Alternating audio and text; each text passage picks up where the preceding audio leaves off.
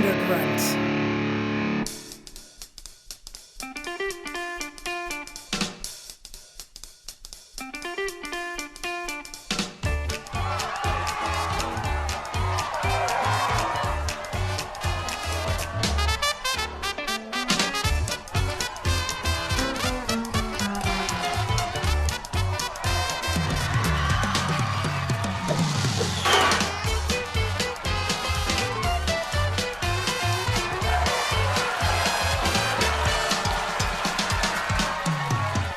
Hey guys, Bob.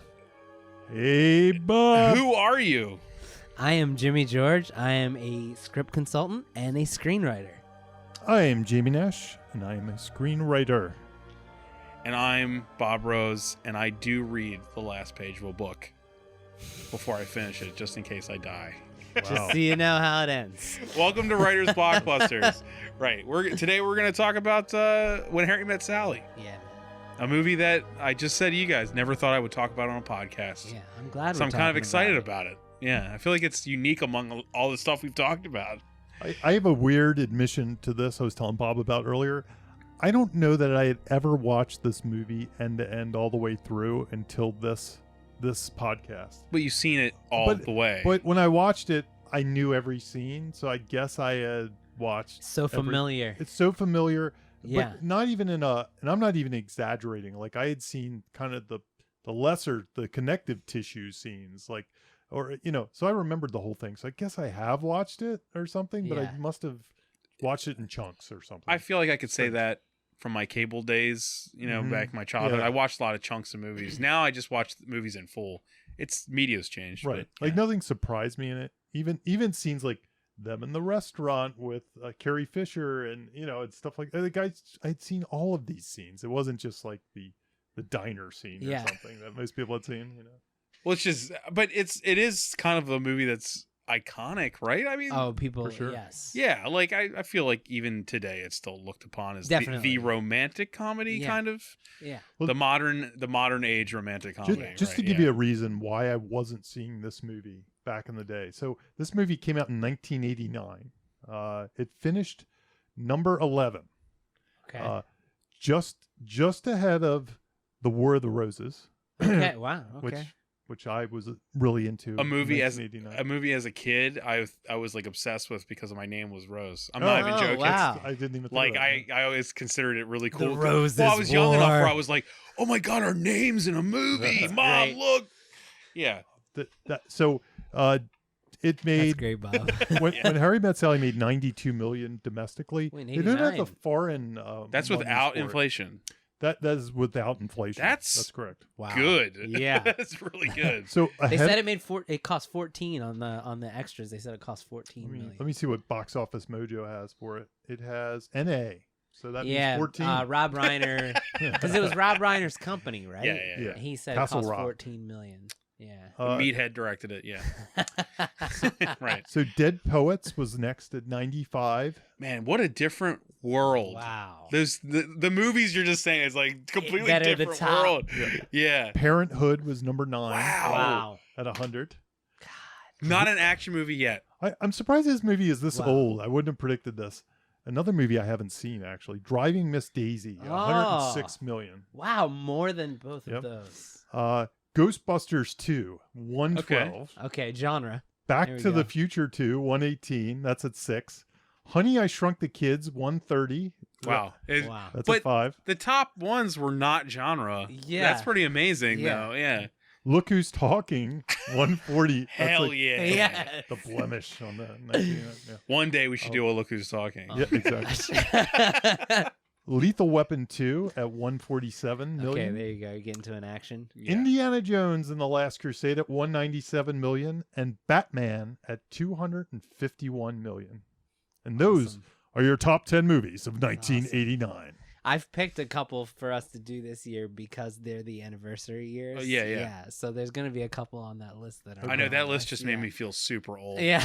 Yeah, because some of them feel like they came later. Like, I was a big Raiders of the Lost Ark guy, but Indiana Jones and the Last Crusade came when I was a little older, and Batman felt like it was after my movie love was firmly established. I was, I was coming at it from a different side. Yeah. Of things, so Man, those are both 30 years for that, huh? 30 years for That's all nuts. those movies. That's really nuts. So Well, anyway, When Harry Met Sally. When Harry Met Sally. Yeah, let's talk about, instead of the year 1989, let's talk about the movie. Jamie, you're good at telling these stories of who wrote it. Oh, Nora, tell us. This tell is us. a Nora Ephron script.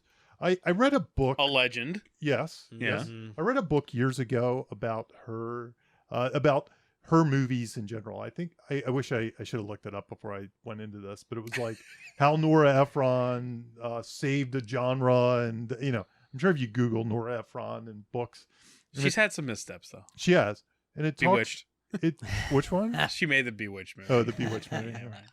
So she this movie in particular was really interesting. I think she had just made, gosh, now I should have looked it up. Now I should IMDb it. What was the movie with Meryl Streep she made? Heartbeats? That sounds right. I think she had just made that, if from my memory. Did you say Heartbeats or Heart Beeps? Because Heart- that's two really different movies. Not Heart Beeps. Heart That- Beeps. That's one we should do on the podcast.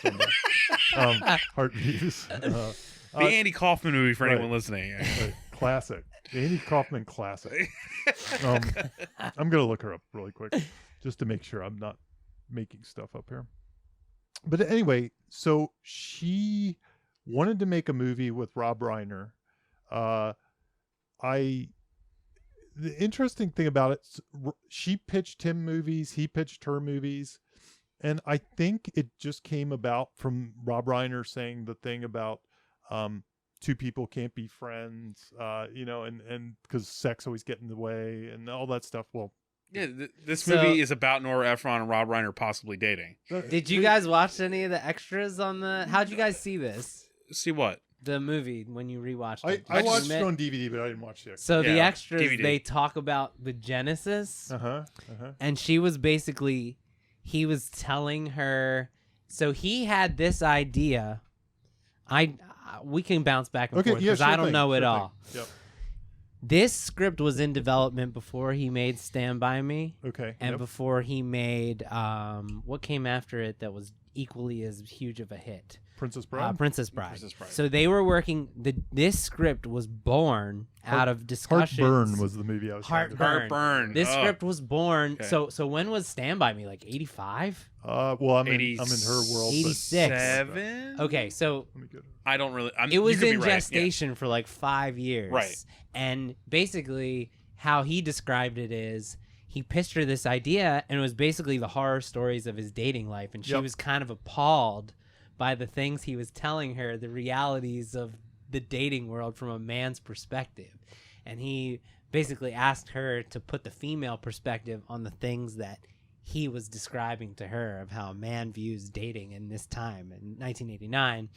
And she said she came up with the structure right then and there as soon as he pitched him the idea. And she took it and ran with it. And then occasionally every couple of years he'd revisit it because they always knew that Castle Rock was going to make it. Right, So right, he was right. always going to kind of be able to shape the voice of it and how it was going to come out. Mhm. And it was one of these things that every couple of years they would revisit and do another draft, and he just kind of sat around knowing that he was going to make Stand By Me and Princess Bride already. I just love that they already knew they were making these 3 movies in a row. It's like 3 Yeah, iconic movies. Yeah. Wow. God.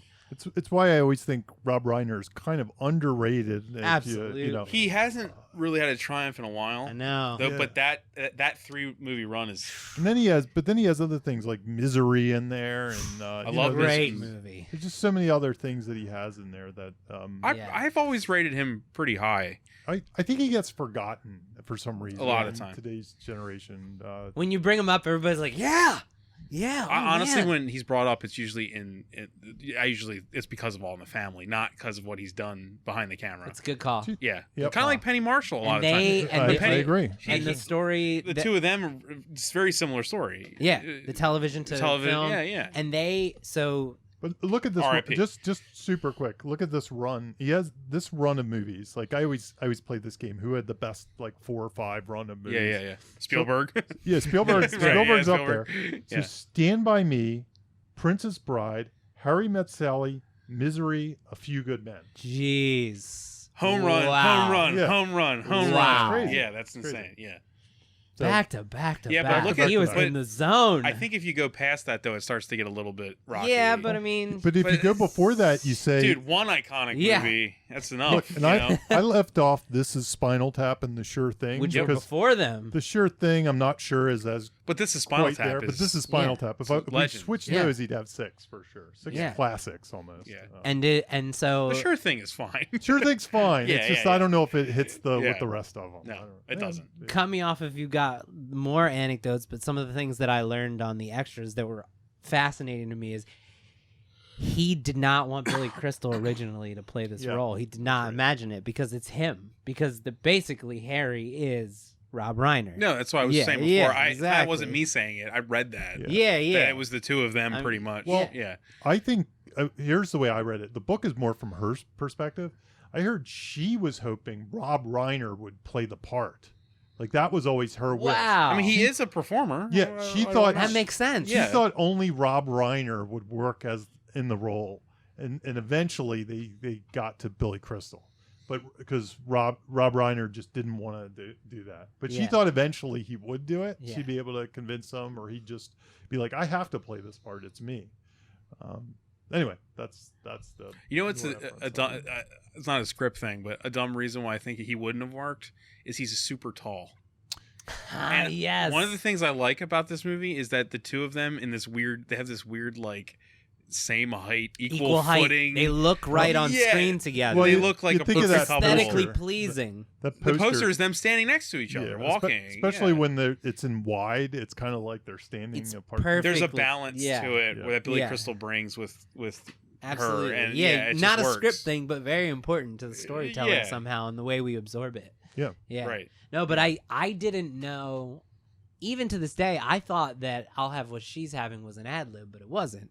It was. I didn't know Billy Crystal wrote that line. Yeah, he wrote that line, but then they gave it to Rob Reiner's Mom. mother. Yeah. that's, Yeah. that's What a great line And, for your mom to say.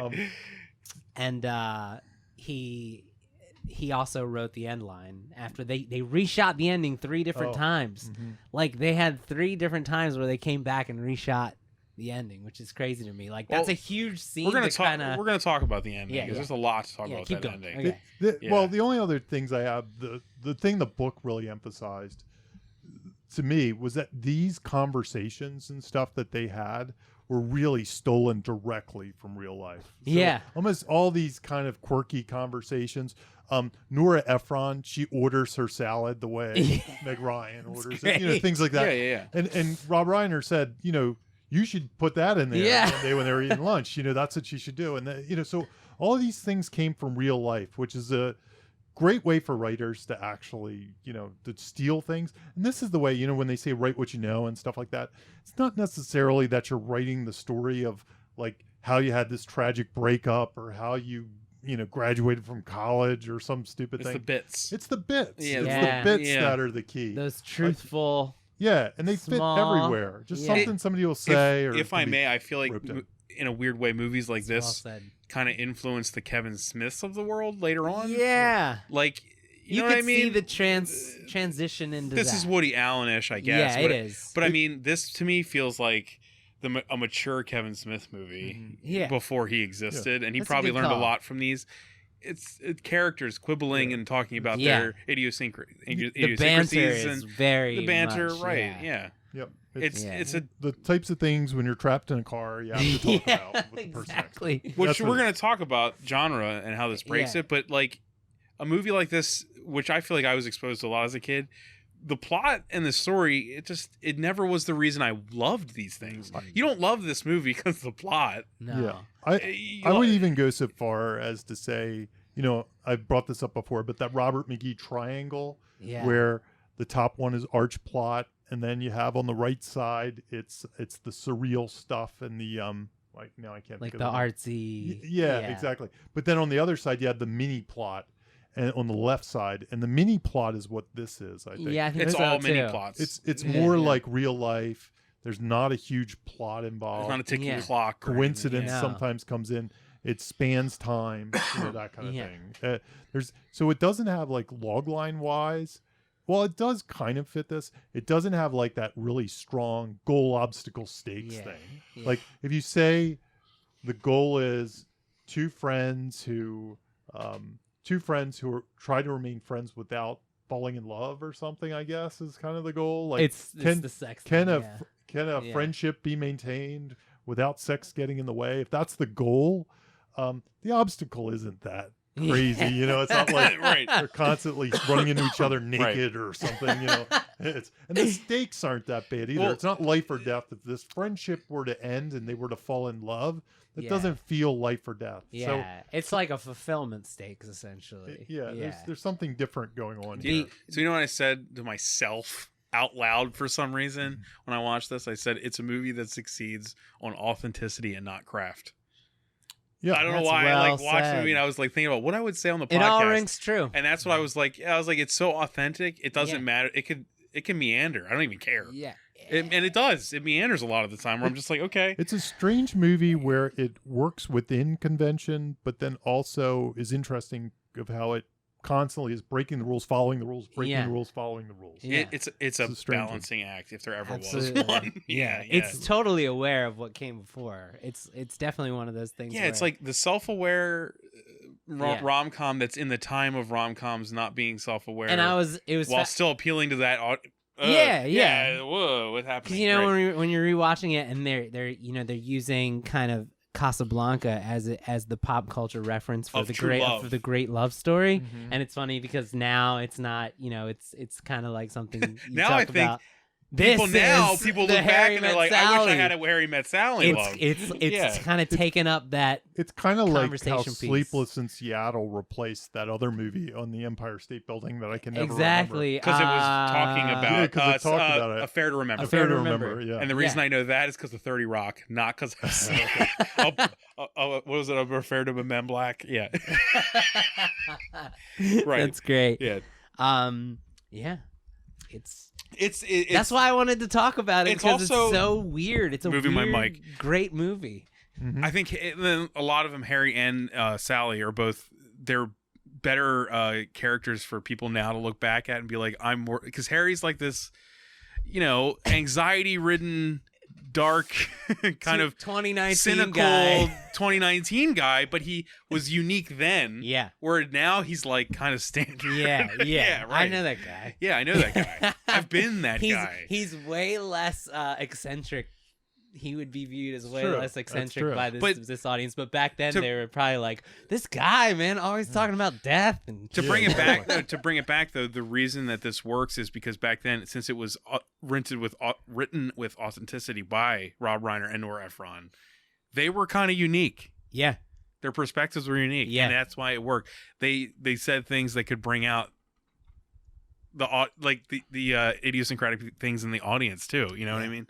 It worked at its time. It did. Absolutely. It totally It's- does. I don't it's know if weird. it would work now. I don't It's- think it would. it's if you tried to do a new version of this, yeah, It would be so extreme. The Yeah. guy would be like suicidal. Yeah, It would start exactly. with Harry trying to kill trying himself. to kill himself, yeah. Literally. And then seriously. I think you're right. The movie was heavily compared at the time to Woody Allen movies, and this is the one thing I always said about it. It's strange because it is very much like a Woody Allen movie, even with the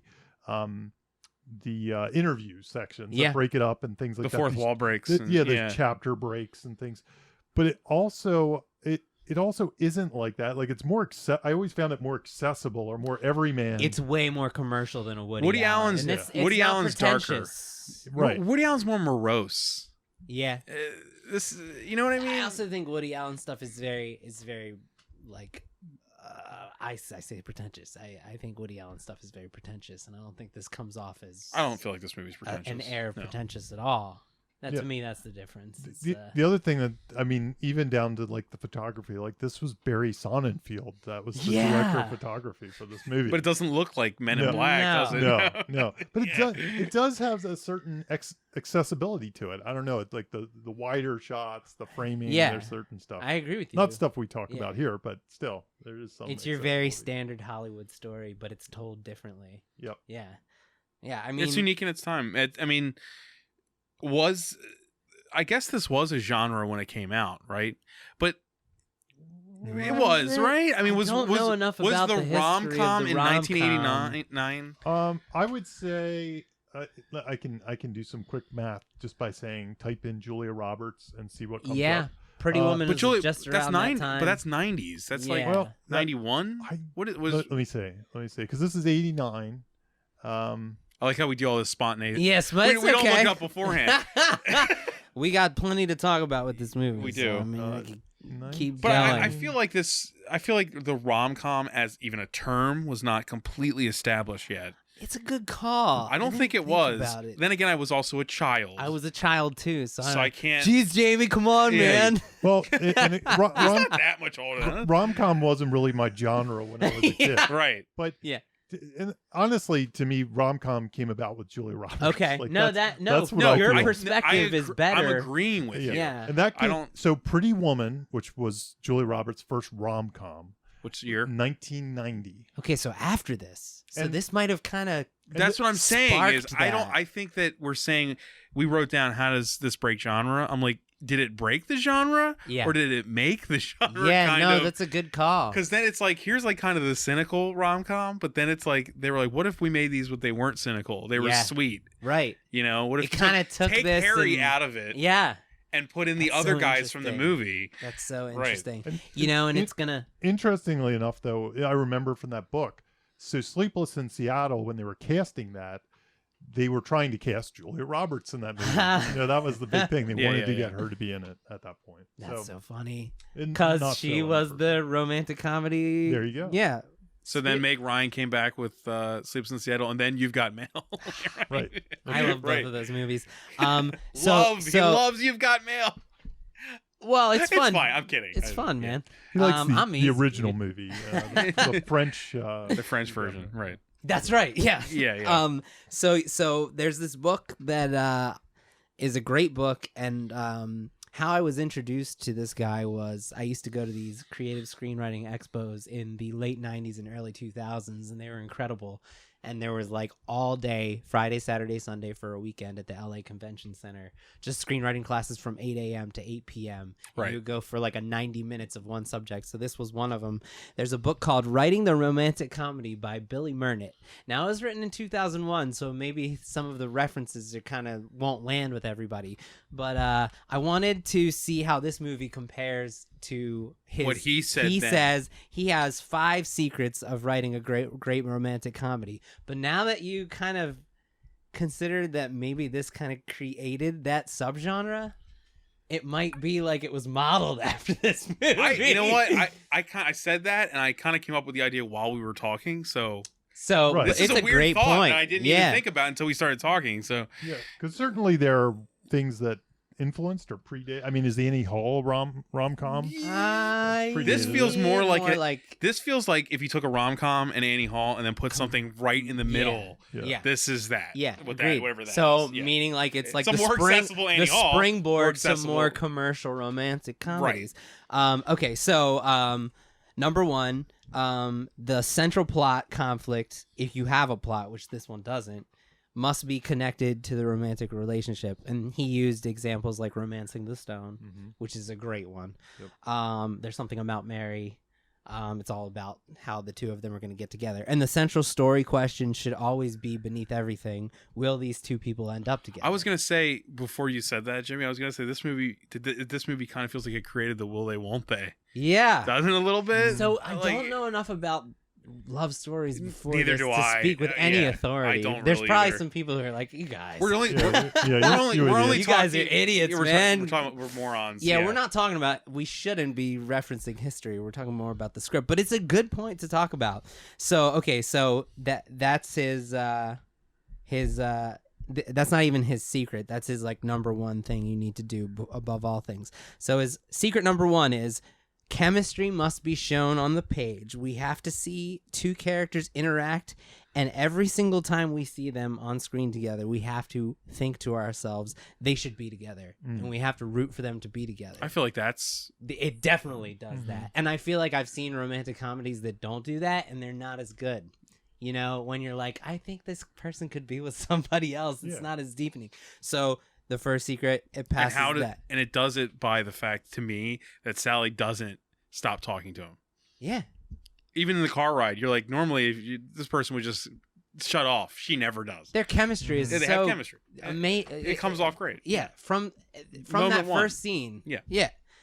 Secret number 2 is tell the story with dual protagonists, which this one does. I Yep. mean, this one is a perfect example. Although they're in have almost some every commentary scene about together. that, but we'll get to Yeah, that. we can get to that. We'll get I've to got that. some more on that too. Yeah.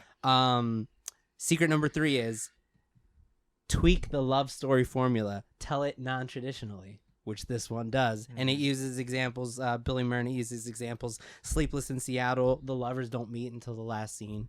4 Weddings and a Funeral, the way that story is structured. Groundhog Day is just one day over and over again. The lovers meet over and over and over again. Defending Your Life, they don't fall in love until after they're dead. Mm-hmm. It's like, so, I think this story passes that. Right. Like, It does. Yeah.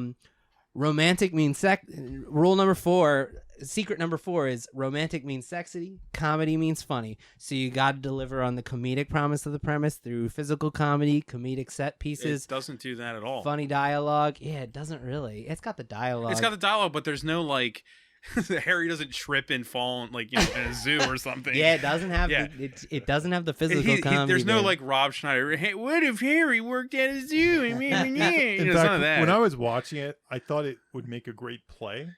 Yeah. Just with a kind of abstract background, almost Yeah. like if you ever seen Sexual Perversity in Chicago by David Mamet, which I've became, never seen that. Yeah, I've seen it. I've seen clips. Yeah. Anyway, it became that movie, a very famous 80s movie that might be a rom-com that I can't think of right now. But anyway, I could totally see, just putting these different conversations and moving them, because there's only like really 4 main characters. Once in the again, whole thing. Yeah. Woody Allen, Scenes from a Mall. Yeah. Just absolutely. like, just people talking. People talking. Places. Keep going. You got to deliver on the sexual tension promise of the premise, physical situations that force sexual tension. I feel like every single scene is that. It builds and builds and builds. Yeah. Romantic dialogue, it definitely has that, especially in the end. Secret number 5, it should ultimately be about something, which this absolutely is. Yeah. Can men and women be friends without being lovers? And I think this movie says men and women can be best friends and lovers. And lovers. It's got to be best friends. It can't just be friends. It's like the deeper level. Mm-hmm. Yeah. So that's it. Those are the 5, and I think it, except for the physical comedy aspect, I think it does all of those things. It's just something to think the about movie. when you're Yeah, the movie's crafting. doesn't have much texture as far as like. Construction wise, Like just physical stuff. They're basically just in rooms. Yeah, there's no car chase. Or anything Yeah, in yeah, this movie. There's no like uptown girls. Like Yeah. I have to get to the play at a certain time, or to tell her I love her. Yeah, I don't have to race to an airport. There's none of that. Well, he does race. He to races. The, He does yeah, race. He does, He do does an airport race. but he doesn't. Hence, that's the one thing I want to talk about. He doesn't Okay. run into And a the fruit movie. cart or something. Yeah. Anyway. But even then, like a lot of the movies make it so like the person's leaving they're going to Britain for the rest of their lives to start the new job, and the only time you can tell her you love her is right there. Even then, Urgency. I don't think there's actual urgency in the ending of this movie, other than the fact that he just wants it right away. Yeah, Because like he if he wants to told her start the his next life day, now. I feel like it would still it work. would still work. Yeah. Yeah. The why nows. The why now? Why now? The Why? other- I don't think this movie has a why It now. No. doesn't, and it Yeah. doesn't. It shouldn't. Yeah, that's Because true. this is authentic and real. Yeah, Life doesn't have those. yeah, you're right. Right. Yeah. It's a good call. The other Yeah. thing that happens in a lot of rom-coms that this movie really doesn't have, like most rom-coms, the formula is this: a couple that can't get together for some specific reason, like your favorite movie, Shrek. no, I can't think of Mine? You've Got Mail. Yeah, June's favorite. it's my favorite. But they're 2 competing stores. It's fun. So even though we want them to get together, there's this 2 competing store issue in the way. This movie doesn't really have that. They just kind of have an agreement or something. Yeah. No. There's not a specific reason they can't get together. Yeah. So The only obstacle is the fact that they're friends and they just think it's a bad Yeah. idea. Yeah. Sleepless in Seattle, they can't get together because they're geographically. Yeah, never they met have a each other, huge you know. thing hurdle in the way. Yeah. All these movies. Yeah. I can say without a doubt that this is way more realistic in my own life even than all those. Yeah. Because whoever has those problems, like, oh, we both own competing stores. I guess we can't date. Like no one has that. Yeah, it's not a problem. It's the mini plot, and that's Yeah. the mini plot. Mini plots tend to be more realistic. So The Romeo and Juliet, like our You parents both have hate each other. YouTube Or, channels about Right. the same yeah, topic. like some dumb shit like that. Right. two competing podcasters. Yeah. Yeah. It's usually just. I don't think we should date because it's not a good idea. That's life right there. Yeah. Where are we? They registered your domain. Exactly. right. Yeah. And they refused to sell it to you. And then the ending is always, well, we'll merge the stores together. We'll both use the domain. We both got mail. No, you asked the question. This movie breaks a lot of rules. It's got low conflict, and so you said, I don't know which one of you guys brought this up. You said not a specific goal for the heroes. I added. Was that you or me? I added filmable goal Okay, because this yeah. one has the classic. They're looking for love, Right. you know. But what does that mean visually? Again, you know, it- Kiss. It means a kissing. kiss. I know. Yeah, More- it means I'm saying kiss. you gotta remind people the goal's gotta be Visual. filmable. We have More- to see it. But Yeah. more going back to the log line, I don't think that goal, the love thing, it's not how you'd state it in the log line. No, That's what I'm you're saying. right. Like that's not where Absolutely. the major conflict of the I story agree with comes. you. So I think the opposite is true. I think the goal here is not to fall in love with the other person. Yeah, It's- that's a good yeah. call. We're just gonna be friends. They Which fight she their says in the fighting inside. their Yeah, urge at every turn. Yeah. Almost. Yeah, but Yeah. then their deeper thing is they're looking for love, and that provides conflict because they have the internal conflict of looking for love while they're trying not to find it within each other.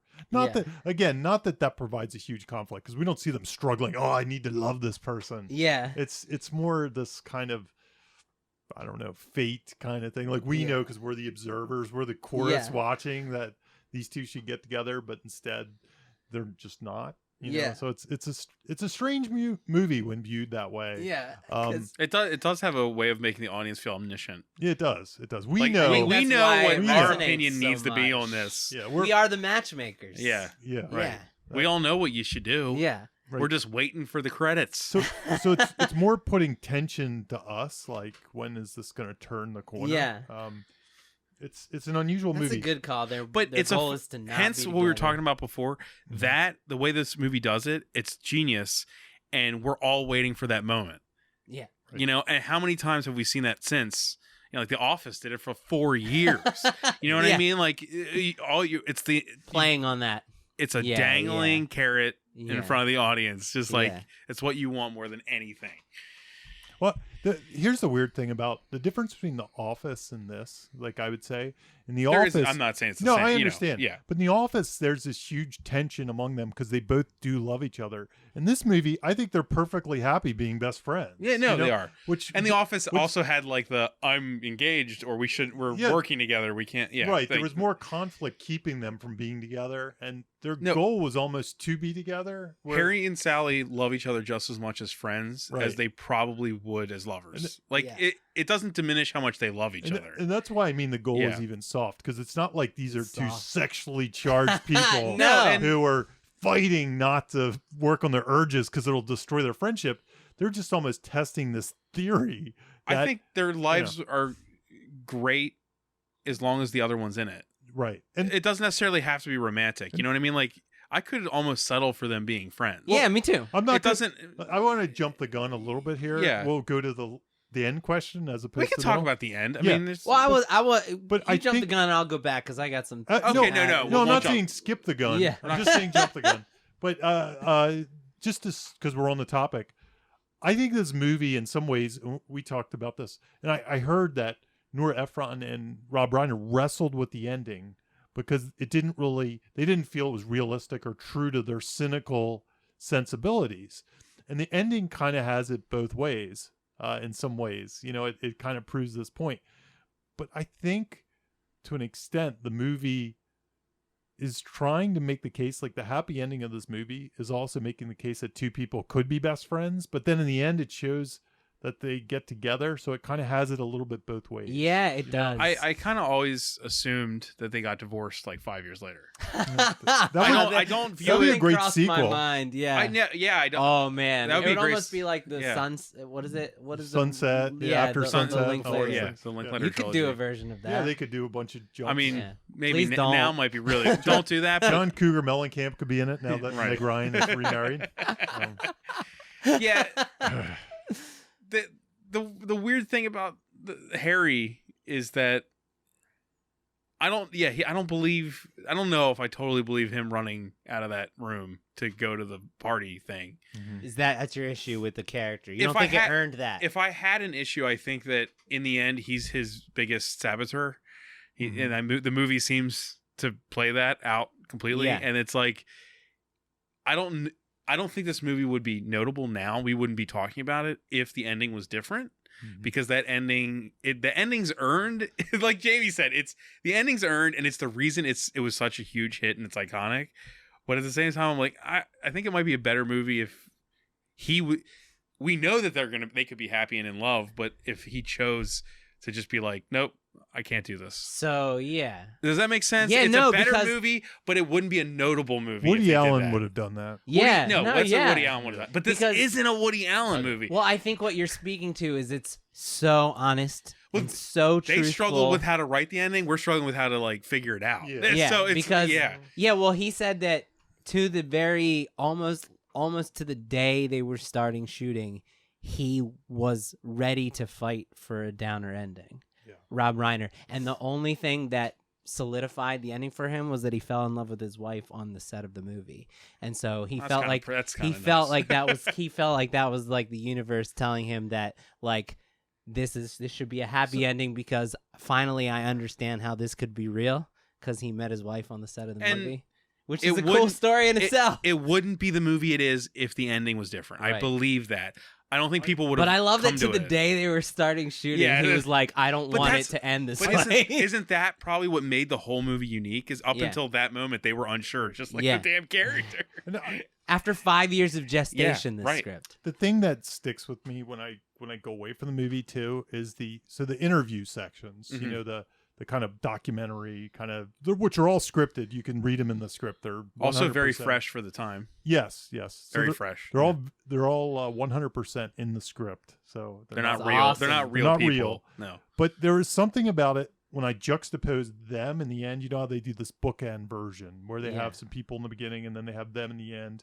They kind of yada yada over the years. Like it to me, that's the impact of the movie where they're like, "You hated me at first. Well, I hated you," or whatever. There's something about that part of it that is the impact of the movie. Like this is a movie that shows you what those one-liners really meant. Yeah. You know what Yeah. it is to me? It's that dash everyone says in your tombstone. Yeah. It's like Yeah. it's just that dash, but that's everything in that dash. Yeah. And It's the meh. Well, you hated me, and then we got people are summing it up like it didn't matter, but at the time, those were the big moments Yep. of their life. Or Yeah. something. I'm wrestling with how to I explain know. it. So from a construction the framing standpoint, device here's- is genius Yeah. because it does a few things. It makes you also say every one of those people. There's another movie right there. Yep. Exactly. Like every movie, every time you fall in love, there's a movie there Right. Yeah, for everyone. and Yeah. it's a microcosm of the movie we are seeing. Right. And they talk about fate intervening. Most of the stories involve people. And coincidence. Yeah, exactly. Mhm. Fate, coincidence. Most of the stories involve people meeting each other and then separating for years and then coming back together. The last which one is- before they end is they got married, got divorced. The guy married two other women, then they met each other again. Right. Yeah. Right. So yeah, it's like, all yeah. it's all sort of proving the point of the truth of the movie in these mini stories, and then it's all one big foreshadowing of the bookend. But- you know, Isn't what you were kind of saying is that those also are trying to say that this genre, even if it didn't exist, we haven't figured that out. They're kind of them saying it's not a Disney movie. yeah, no, You know what I mean? Like the whole movie is saying it's not a Disney movie, and here's your non-Disney love story. version of it. Yeah, it's Here's not. There's the no. There's not reality. a really big meet cute. Yeah. It's just kind of It's a almost- meandering, waffling pile of crap It's- until you get there. It's almost like, and I'm just making this up as I go, but the the interviews are the Disney versions. Is that what you're saying? No, And that's not what I'm saying. but that's what I'm feeling like. Oh, That okay. thing is almost the wrap up. It's the synopsis. It's the fake version. Like, oh, wasn't it cute? You hated me, I hated you. But when you actually see and then it, we're seeing the mess that wasn't in what I between. was saying, but I agree Yeah. with you. And Yes. the mess in between. Yeah, I like that. And yeah. so we sum up our memories like in this short, kind of cute, compact little shtick I was we do. saying simultaneously with what you're saying is that the things that those people say Yeah. are proving that love in general is just not like a Disney movie. You know, Right, I agree. Like they're And saying, it's proving, and then we go back to the movie. We're like, see, and now Mhm. back and to now Harry, back to Harry Met Sally, an right? expansion of what we just were Right, talking about in exactly. this mini Yeah. framing device. We brought up coincidence. This movie has coincidences. Yeah. Two giant ones. Why is it okay in this movie? What do you think? Well, for one thing, we've talked about in the past how in the comedy genre and in the farce, which usually are comedies, it's the one genre in which people will forgive coincidence. Yeah, and this You know, it doesn't have to be A to B to C to D consequential to each other. Honestly, the first coincidence I think is not problematic at all for the story. no, that's the the one you airport get. one. Yeah, I that's was the like, one you that's get. fine. Yeah. That has happened to everyone on this planet. Yep. And The it's a cute second one is the second one's the only time my radar went off because I was like, not only is it so coincidental that he's just standing in the bookstore one was what I'm talking about. Yeah. I'm just like, it is so nonchalant that maybe that's why it works. I was like, it is nothing. It's like it just cuts and Harry's just there with a book staring at them. I'm like, they couldn't make less fanfare about this moment. Yeah. And Yeah. I'm sure it's written like that. Oh, yeah. It's just he's there. and it's in the self-help section. Yeah, right. Right. I think the advantage you get too, if this had all happened within the same day or week or something, but this is actually a way of saying we're going to give you these interesting slices of these 3 times these people met each other. 5-year jumps. And that's Yeah. possible that's happened over the course of time. You've run into somebody 3 times in your life that In a maybe- decade? Yeah. Yeah. Yeah. It's not like so coincidental that out of the realm of possibility. Right. So it's just that we're just cutting out the parts in the middle. yeah. So I think that's why they get away with it. 'cause And of the huge time juxtaposition, jumps. I think the juxtaposition of the framing stories Mhm. really works to kind of forgive all that coincidence. It's sort of like here's It's really five- just yeah. one though. Yeah. I feel like the bookstore's the only one that's like, Yeah, No, but yeah. but yeah, I that's think not- if you take out the framing story, it's a lot. It feels a lot more right. obtrusive. Because but the framing, because the framing has all these coincidences. That's what in I'm it. saying. Right. It yeah. softens the There- blow of there- here. We're going to show something that's unbelievable. Yeah. well, it wouldn't be too weird like to hear somebody tell their love story. Well, we met one time in college, but then we didn't meet again to these many years later in a bookstore, and then or something. Yeah. We actually met twice. It just sounds. The story sounds like that. Do we believe all the intention we're talking about with the framing device Absolutely. was there? I mean, I do. I think so. I think it was. I in don't the know if it was construction. as when you hear her talk about how she envisioned, So you the think- structure of it from the second he started, and then he chimed in and he said that he was sitting around. All of the stories that are being told are inspired by a story that he heard, Mhm. and I imagine that the two of them, talked this over as this was going to be the framing device and what its purpose was. Right. Yeah, definitely. The framing device too, because it actually interrupts during the movie. Like, let's talk about the structure. Like, do you think this movie has a standard screenplay structure? it's. I was gonna say like it almost felt like an interview came between acts. But Almost. but there's like 5 interviews. Tracks. It's not structured normally. I agree with you. It's not. But I think it but still tracks pretty. It's still pretty well. Yeah. what do you think would be the end of Act 1? in this So movie? The simple thing to say is the end of the first road trip. Okay. What do you think? I think that's the beginning of it all, the catalyst. I'm not saying it is. I'm saying that's the simple assumption. because I think, but no, like she says, we're just gonna be friends, and then they depart, Right. and it's the whole movie is a response to that initial claim of hers that we're just gonna be friends. I Will would've they said- only just be friends? right. I would have Yeah. said the ending of Act 1 would probably be right after the airport meet. Okay. Okay, yeah, And the reason I say that is because that establishes that not only do they remember each other, Right. but there's still something there. Mhm. And for the audience, we're Okay. like, okay, there is something there. This is all in the eye of the beholder. So I think so too. I think this is like a Fargo episode. no. We're kind of like throwing it Yeah, out it's there. weird. Yeah, No, yeah. I say something different. Go, Okay, keep good. going. here's where I would put it. And again, it goes back to trying to log line it up. And the log line is, can two people be friends without falling in love? Yeah. And I think once they start trying to be friends, that's where I start my act 2. The upside down So, world. I yeah, agree so with it's you. the Okay. books, I'd put it at the bookstore. Me I too. think everything else is set up for that That's moment. pretty when deep they- into the movie, though, isn't it's it? very Yeah, it's deep. very That's deep. like 40 It's a late minutes? It's a Probably late 40 break. minutes in. 40 It's a minutes late in? break. minutes in. That's kind of why I believe I always in acts I'm always really cautious to go with my feel and not the page count. I agree completely. I wasn't trying to Yeah. go with the page. No, count. I We've talked about this Yeah, before. yeah, yeah. Jurassic Park 40 minutes. Rocky, what is it? But 45. 45. Until he gets the inciting I incident. Act 1. I think Yeah. this one is damn late, which is why it makes it feel like kind of an independent weird movie. Yeah. It's like, what are all you're trying to figure out what this movie's about, Yeah. and it's not until that point where you're like, okay, now it settles into this groove where the fun and games aspect would be them being friends. Yeah. And that's what I think Yep. the movie. That's a really, I mean, I don't even know if I could disagree with you, even though it's just opinion. That's it's- pretty great. No, it's It's it. opinion. I Yeah. agree. Yeah. I was just using a different reason, but yeah, that's Sure. kind of I mean, one it's point. all The in fun the and eye of- games do it start is there. all in the eye of the beholder, but those are the trailer moments, the fun and games, or And the The Them two of them dating. talking as friends who aren't dating is the movie. Yeah. Yeah. That's the movie. Yeah. That's what we're, yeah. And the question is solidified after that bookstore when they decide to meet up after the bookstore and be friends. That's right. Will they continue to be friends, or will they be lovers, or will they be neither because they try to be both? And this movie has a pretty classic midpoint in some ways too. I think when they kiss at New Year's, like Mhm. that's the thing that shifts the gears to the tension. Will they be able to pull this off? Won't they be able to pull this Yeah, off? yeah. And things get a little more tense after that point. Yeah, I agree. I was trying to pick like where the all is lost would be, and I'm not sure if it's when they have sex or when they get married. I think it That's is. Pictionary. Pictionary, yeah. That's for a both, great I scene. think for both of them, it's a great scene because number one, we're seeing two perspectives, Yeah. and they're both like, "Well, all is lost there. I'll just settle for." Mm-hmm. That's interesting. That's where I would like put that.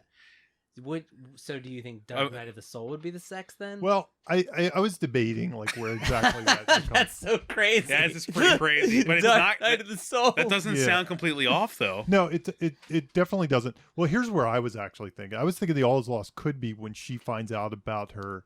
That's what I thought. it. And then I thought That's it. The man who Dark wouldn't Knight is marry the her is sex. getting married. Yeah. Oh, That's yeah. the all is That- oh, lost. that also Harry. I'm what about un- Harry running into I'm- his ex? I'm wife? unmarriable. That's part of it. 'Cause It's like that's almost what like it a is. double beat. They kind of both get the same Yeah, feel. that's on top of what's her name, Helen. Right. Yeah, so I don't know. it's the double. I'm still leaning towards my Pictionary because I feel like that's a lot deeper than I don't know because You don't want the sex scene to be all Dark Knight of the Soul. maybe not. I don't know. it's like the only thing I'd say about if you peg it as when she finds out about her, it's all about her and not necessarily about both of them. So that's why I lean Hence why I towards- was saying. Yeah. But if you look at the worst, Yeah, Pictionary. but if you, Pictionary. but if you look at the worst thing that could possibly happen, which is typically the all is lost for two people trying to be friends and not have sex, having sex is the worst thing that could possibly Yeah, happen. so So to me, that starts feeling. that's anyway, the all is lost. again, it's all the eye of the beholder. That was after Pictionary, though, right? It was. Yeah, it that's was. way after. And then after that, they kind of have their feud and say, I'm sick of each other. Yeah. And then that kind of settles into the third act. Well, there's a Yeah. little more nuance to Yeah. after that because she doesn't want to be settled for. Right. Right. Yeah. And- You're yeah. right. There is nuance, but I think the definitive end of Act 2 is when when they are at dinner, Yes. and then they basically say that it was a mistake to each other. Mhm. Once again, readdressing the central story. It's great when two question. people can just sit and not talk to each other. Right. Yep. Perfect. Right. And then once again, we're thrust into the new world. Where they After don't they've where they had don't sex, talk can they still be friends? Right. and they stop talking. Right. Yeah. Yeah. Right. There is structure. Yeah. It's just it's not the most important thing. That's all. It's not. Right. It's not. Yeah. 'Cause But I do think that if you break it down, I mean, it's still pretty traditional. it's pretty well structured as far as that goes. So Yeah. again, the first act is the only weird thing that might come I late. love that it takes a late. while. Yeah. I love that. It's so From it's all the vampires don't show up yeah. for a while. At the so midpoint. yeah, at the midpoint. Yeah. It kind of Right. related to this, but I was going through because this is a very quotable movie, has a lot Yeah. of great Sure, yeah. dialogue and things like that. So I was sitting there trying to analyze. I was like, oh, maybe we'll talk about on the nose dialogue versus not on the nose.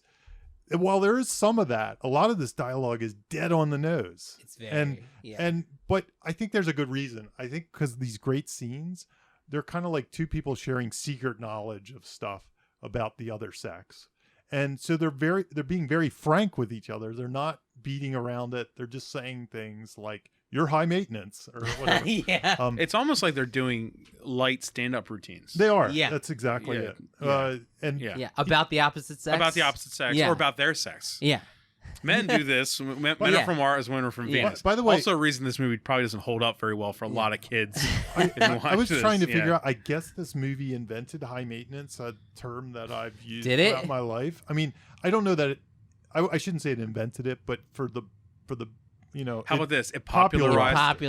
It did for high maintenance what Ghostbusters did for slime. Right. And I was like, oh, and it has a lot of little things like that just became part of the culture. Your high maintenance, right? Yeah. That's so interesting. And, but yeah, so even like I was looking at the faking orgasm conversation probably amplified tenfold after this movie. Listening to Nora Ephron talk about that, she was saying this was Rob Reiner, and he talks about how he would get fired today, and he admits that it was wrong when he's talking about it. He gathered every single woman in the office of when she told him that. He didn't believe it. He was the Billy Crystal. He gathered every woman who worked at Castle Rock in with Nora Ephron and him and say, tell them what you just told me. Is this true? And every single woman in the room said yes. And his jaw was on the floor. So in the 80s, we didn't have Sex in the City and stuff like that. So this actually made me think of, when did that Seinfeld episode take place? Which one? The one where Elaine admits she faked it with Jerry. Probably mid- close. 90s. I would say like 2-3 years after, maybe. Almost like a 1-2 punch. Yeah, exactly. Yeah, but was this the thing that actually put that in the zeitgeist? Yep, yeah, it was. Popularly, yes, which I would is definitely argue awesome. it is. Yeah. So again, that's them plucking tidbits from their life, and bringing them into reality. So these conversations that they're having, the secret information, they're actually delivering real secret information. They're spilling the dirt. And one of the things I always say the about clarity writing, of intent is important. Yeah. And one of the things I always say about writing, if you're not a little embarrassed about what you're putting down, you're probably not doing it right. I'm always embarrassed. Yeah. Everything I write, that, Jamie. Yeah. And this, you can imagine where you might be a little embarrassed putting down the fake orgasm thing or something like that. It could be a thing. So yeah, you got to push it to the point where you're revealing your secrets a little bit. Yeah. All harmless, but still. I mean, talk about connecting with an audience too. Yeah, sure. Yeah, the more specific you are, the more the two biggest groups on Earth, the more you'll nail it. He talked about the first test screenings of how every woman in the audience was going nuts after that scene, and every man in the audience was shocked and silent. That's so good. And then apparently in other cultures, when it would screen in other countries, it's less of a secret, and so other cultures responded differently because it wasn't a secret to the men in that culture. Oh. It's great. Really speaks to where America was then. Right. Right. No. I remember what I wanted to talk about. We were talking about the breaking of the rules and low conflict. I think these, not only are they dual protagonists, but I actually think they're the villains. They are the bad guys. Yeah.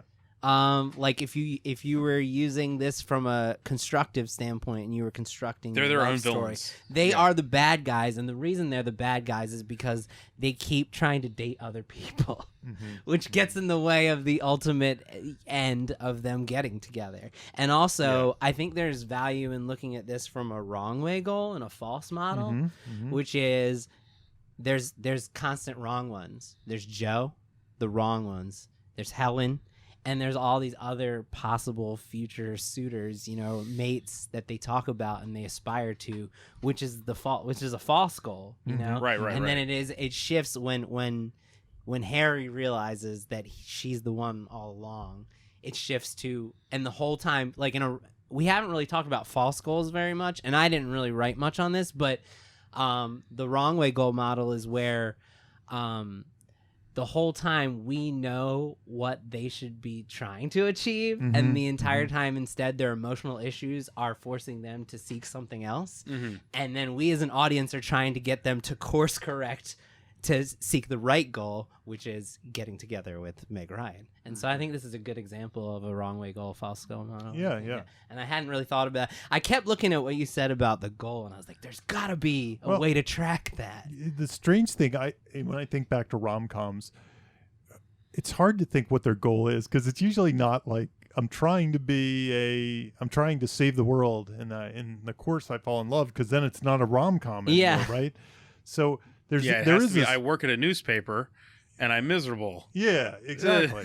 Oh, that's one thing. That's another thing that they brought up in the commentary. They were it was and I really think this was smart. It was a deliberate decision, and it's something you really don't think about when you're watching it, but I noticed it when we were breaking it down, because it's like 40 minutes before they say what Harry's job is. He's a political analyst. Right. Oh yeah, right. They deliberately made the decision to not show anything about their like job career activities, and what their point is they both have careers, they both care deeply about them, they both work hard, but this movie is not about that. And if you bring that into the fold once, then you have to keep it consistent from start to finish. So they made a deliberate decision from the start that we're not going to throw in some half-ass subplot about his political analyst or her job. And Right. It was we were just going to show them in scenes specifically about relationships. I thought that was brilliant, because you know, even like you think about 40-year-old virgin, like there's a whole subplot with him like as a stock guy, getting like, sexually harassed by his boss. Yeah, I was gonna say too, there's premise delivery there, but right on the line with that, something I noticed that I thought was very weird, especially for this type of movie. Their parents are like almost non-existent. Yeah.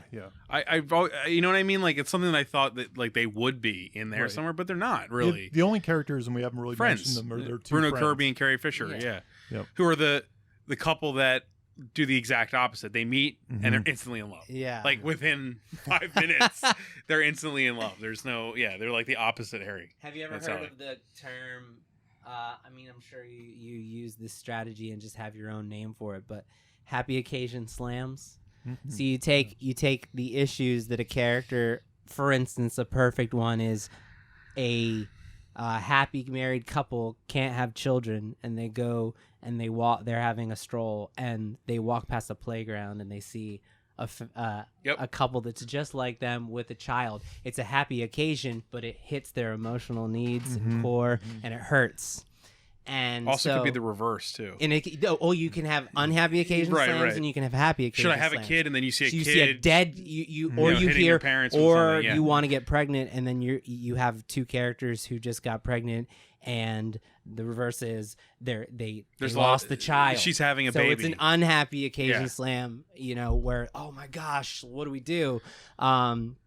So I think those characters, from a construction standpoint, exist almost to be a pusher, a happy occasion pusher. This is the happy version of what we want, constantly hitting them that they're not getting the thing that they're aspiring to have. I've used that. Yep. Yeah. I did. Now I have a terminology. Yeah, for it. I learned Where did that from terminology come from? David S. Freeman. He's a guy who I'm gonna bring up in later episodes, because like I've learned so many tools from him. I went to like all the seminars in the 90s and 2000s, and so you don't have to. And this one, which was only given for 2 years, is the one I go back to every time. It was called Beyond Structure. It was a guy named David S. Freeman. He is now the creative head of 20th Century Fox India. Oh. So, and you think about it, I mean, they have a much bigger audience than we do. And he even has a reality show in India that's for screenwriters. That's how different the pop. Can you imagine a reality show for screenwriters in America? In America? No. Nobody cares about writers in America. He has a reality show for it's not Writing Star, but it's something like I can't even get like 50 Indian Twitter Idol. followers. Exactly. You ask the average American to name 5 screenwriters, nobody's going to be able to answer that question.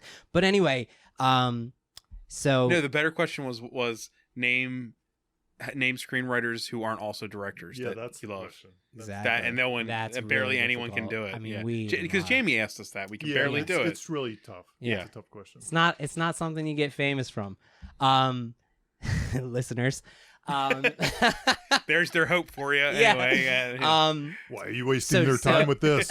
Listen to the directing podcast. So he has one of his tools that he his class was about, it didn't talk about structure in any way, shape, or form. It was about emotioneering. It was about getting emotion out of every single moment in your script, and like 500 techniques to do so. What a word. Emotioneering. Emotioneering. Yeah. Yeah. And that's what he said our job as writers is to be we are emotioneers. That's where I learned this happy occasion, unhappy occasion slam, and I use it all the time, and it's such an easy but also effective tool. And I like I said, I think that those two characters exist for those slams. They don't just show when like Harry and Sally what they should be doing. They believe that the two of them are wrong for not being together. Yeah. It's great. They actively are like, no, you're both idiots. Yeah. But we're gonna just accept it because we love you. Exactly. Yeah, they know you're morons. Yeah. The other, the one thing this movie does, We've been talking about it. Right. I think is a classic rom-com thing, but when I look at later rom-coms, maybe it wasn't as classic, is it gives the two main characters equal weight. They both have almost, I bet if you timed them with the stopwatch, they almost have identical screen time. Yep, I would bet so. Later ones, I'm not sure. Like if you see a Jennifer Lopez rom-com, it's probably more Jennifer Lopez and it's some guy in the background. I agree. A guy who's kind of hot. Kind of hot. He doesn't have much of a personality, but he's Yeah. like nice. Yeah, exactly. Yeah. I mean, there are some like Pretty Woman that probably has relatively equal weight between Richard I would Gere. agree. But I guess I'd want to ask you, because I wrote it in the thing, what is Sally's arc? Well, because that's why the balance is what I'm worried and about. I'm revving up to that exactly. Sorry, I didn't mean to jump. No, Yeah. absolutely. That's exactly where I'm going.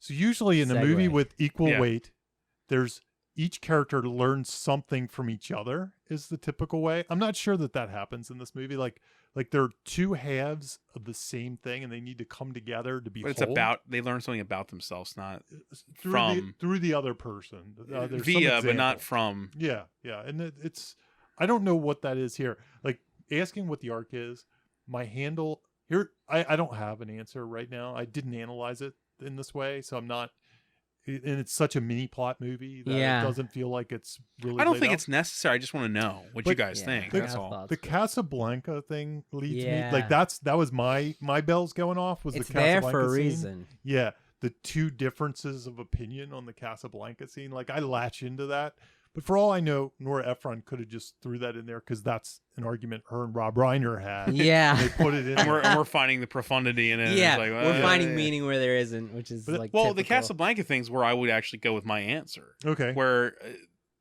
I think that Meg Ryan's character wants something that is substantial, amazing, and close to kind of like Hollywood magic. Mhm. And Harry's not that. Mhm. Right. Her finally settling in her way, settling, not in a bad way, for Harry and realizing he's actually what she's always wanted. Yeah. That's her arc. I think you nailed it, but yeah. Go ahead, because that's all I So can I come didn't up have with. a good conceptualization of it, Mhm. like a simple this to this parallel. Right. And I've never used this as an arc, but I do think looking at the movie and Mhm. thinking about the things that you just said, Yeah. that hers is, and her name is Albright, Okay. optimistic. Mhm. It's very literal. So I think she starts as a woman who wants fairy tale love. Like you said, love is a fairy tale. It's perfect, right? She has this image of what marriage is going to be, and it's perfect. And I It wouldn't think, be to a cynical ass. yeah, exactly. Right, yeah. And I think that starts to unravel, and she starts to become more truthful at the deli scene. Yeah. When she starts saying women fake it, you know what I mean? She's admitting that like It's not perfect. It's not perfect, and Mhm. that's like a very dramatic. It's like a midpoint to her specific character, and then by the end, she's disillusioned, right, of that fairy tale. So now she is ready to accept honest and complicated love, Which is a great point because like yeah. Harry brings her to a healthy disillusionment, whereas she brings Harry to like an optimism. Yes, They she meet in the changes- middle. They meet in the middle, yeah. so they do learn something from each other. I Yeah. guess. Yeah. They weren't trying to teach he it, feels though. all relationships are doomed, and because of her, he believes that there's reason for hope Mhm. And there might be purpose even. for their Yeah. yeah. So I don't know if it's a clean like before after, but Yeah. I do think fairy tale love to disillusioned honest love is what is proven. I feel know, like in the Harry movie. is the one who changes more. Yeah. Yeah, he's the one who's running. She's just standing there. Mhm. Mhm. Yeah, he definitely changes more, and I don't even mean because of the running. I just in general. But I do feel it's almost like she's like, she would be okay if he didn't Show up. love her.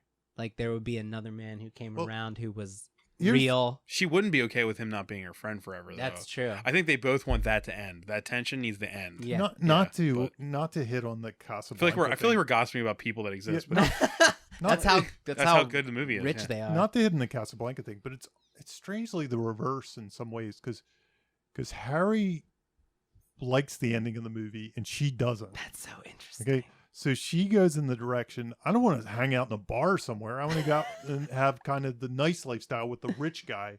So it's almost like artificial. And Harry's version is, maybe it more speaks to Casablanca. Harry's version is, wouldn't you rather just go out with the person that you had the best sex with? And that was his version of it in that point. But as he's looking at he's valuing relationships superficially. Yeah, in some ways. Yeah. In some ways. But he kind of agrees with the Hollywood ending. She kind of That's doesn't so like. interesting. I don't know. It's a strange That's thing. I didn't, yeah, but Well, I agree rom-coms with aren't you. exactly like, if you look at the genre, it's I not agree like with the you best. that Casablanca is there. There's something. Rom-coms aren't about love, really. They never have been. They're about people. People and relationships, They're gender usually- differences in They're relationships. usually about hot people who met within about a month or two, and who just kind of want to be together, but there's some stupid reason they can't. Yeah. Yep. It's not about real love. And this movie is taking place over the course of 12 years, Yeah, and the greatest friendship either of these two have ever had. yeah.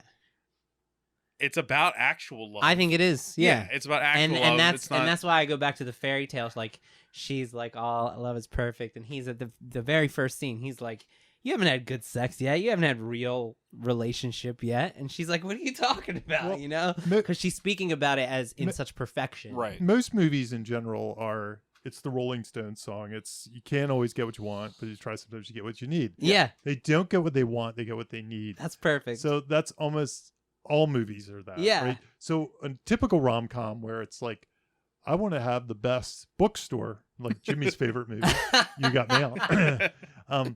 They Shrek and You've Got Mail. Yeah, Two movies we love. They find we out gotta find one to For button push Jamie, right. Jamie. they discover that they discover that instead of needing the best bookstore, they need each other. Yeah. So their want was to have the best bookstore. Their need was to have each other. Yeah, And then they're happy because they got what they need. yeah. In this movie, they have those different wants, and then they come back to what they need, I guess, in some ways. Yeah. Where they realize the thing they want is right in front of them. I don't know. Yeah. It's like two sides of it. The reason it's a great movie is because, the reason that we can't come to a complete point on a lot of these. Yeah. Honestly, that's the reason. Is It's because honest. it's kind of yeah. messy and honest. And That's why Yeah. it's great. Yep. yeah, and that goes back to the And even that interviews. last line she Yeah. says, and I like you say things like that, and you make me hate you. And Yeah, I really and that's a hate good you. that's a good Yeah. example of not on the nose dialogue. Yeah. Where she's saying hate with the different subtext. yeah. So, Then the last one is it's obviously I love you with I hate you. yeah, exactly. Yeah. Her intonation changes. Yeah. Which Right. sometimes I'll put in a parenthetical just to Just to clarify, Just to that's the clue in only the time dumb you need the reader. damn parentheticals, people. That's it. There's no other I'm exception. reading a script that has 150. that's like So- all parenthetical. Yeah. Well, I love you, dear The client titles who's and listening. the titles in parenthetical. That's the thing why, like what I said at the beginning, the whole I love you, I hate you thing, like little moments like that. The fact that they miss the kiss right at midnight, Mm-hmm. it's like it subverts it just enough where it doesn't feel like overt, and it also Yep. doesn't feel like it wasn't earned. Yep. It's like a perfect balance of messy that Yeah. I completely agree. accept as a viewer. Completely. You know what I mean? Because I feel like if you gave it to someone now, they'd be like Zack Snyder's When Harry Met Sally, and like the ending is, one of them trying to kill the other one, and then they realize they fall in love mid stab Yeah. or something. You know what I Yeah. mean? Was that Like, Batman vs Superman? Batman, yes. I mean, A let's great be love honest. story. Yeah, great love story. Batman v Superman. But you know what I mean? It's not like there's nothing that is too far extreme in one or the other place. So it just it balances right there where you're like, no, it works kind of great. It earns it. Yeah, it earns it, but it gives you a lot of questions in like a healthy way. Like you said, maybe they're gonna get divorced in 5 years. Yeah, I actually don't, but I don't think that's a bad thing. No. You know, and this, Even though it's fine if they ended up together forever, that's good too. and I think maybe the as far as this industry goes, I don't know if the world would have been ready for one where they didn't. Absolutely not. I always view as a kid the first movie that kind of had that ending for me was Miss Doubtfire. Was the parents not getting back together, and that was I know that seems stupid, but that's like No, it's that was a very huge honest. thing. A huge honest thing, but that was like mid 90s, you know. Yeah. It's like a couple years to go. Maybe if they waited another 5, Yeah. then It'd Harry been would have more- been Harry would have never ran for her. For me, it was Bad News Bears. Yeah. Okay. Yeah. That's a good They example. lost, but And that they was won. that was way before. Yeah. They lost, Yeah. but they came together as friends. Great movie. I mean, Rocky. I'd do that. Rocky made the spread. Rocky- He We lost. could break Yeah. that down for sports. For a sports one, we haven't done a sports one. I was right. Yeah. I was specifically aiming at relationships, but Yeah. you know what I mean. Because we're doing basketball next time. Basketball. Basketball. No. You know, I'm not going to say no. Spoofs is a hard one, man. Is there anything left that we can say about this? I mean, wanted to bring up the comic obsessions again. Yeah, okay, they're yeah, yeah. very Do it. easy with this one, and they're very obvious. Well, there's only 4 characters. this Harry is, yeah, exactly. Yeah. And Harry is pretty cut and dry. All of his comedy comes out of his obsession with death, which could just be simplified as pessimism. time. Mhm. But like Yeah. all his, he's like, I read the end of the book because I think I'm gonna die, and just like he's making one anecdote after another about death and dying, and the end is. That's nigh. the first conversation they have together. Yeah, exactly. Hers is her. She has 2, in my opinion, and that is her ever-present optimism in the face of everything, which he even calls out. He's like, "Why doesn't anything ever bother you?" Which it's fake, these things do bother her. And her complicated restaurant orders, which the movie plays like 3 or 4 times for comedy. Bruno's is really funny, and it comes up even in the restaurant scene, and it comes up in these little moments when you're actually looking for it, is that he believes he has great taste, and then everybody else in the story thinks he has terrible taste. Yeah. So it's not just that wagon wheel. There's 2 other scenes where where he's great taste, Right. And Yeah. No, you're right. You're absolutely It's right. great. Yeah. And then Marie's is really easy too, and that's that 5 years apart, she's still doing the same thing, which is she chases after men she can't have. That's her, like, and the comedy comes. You're right. Like, how many times in the movie does she say, "You're right. She's never gonna leave. He's never gonna leave her." You know, her arc like, ends in the movie. Yeah, As soon as they get together, she has nothing left to say. Exactly. it, yeah. That's it. So once again, it tracks. Except she says, "Promise me I'll never have to be out there again." That's a great line. Yeah. Right. But I mean, once again, the comic obsessions track again. And the man. comic obsessions kind of make Harry and Sally like this almost existential odd couple, Yeah.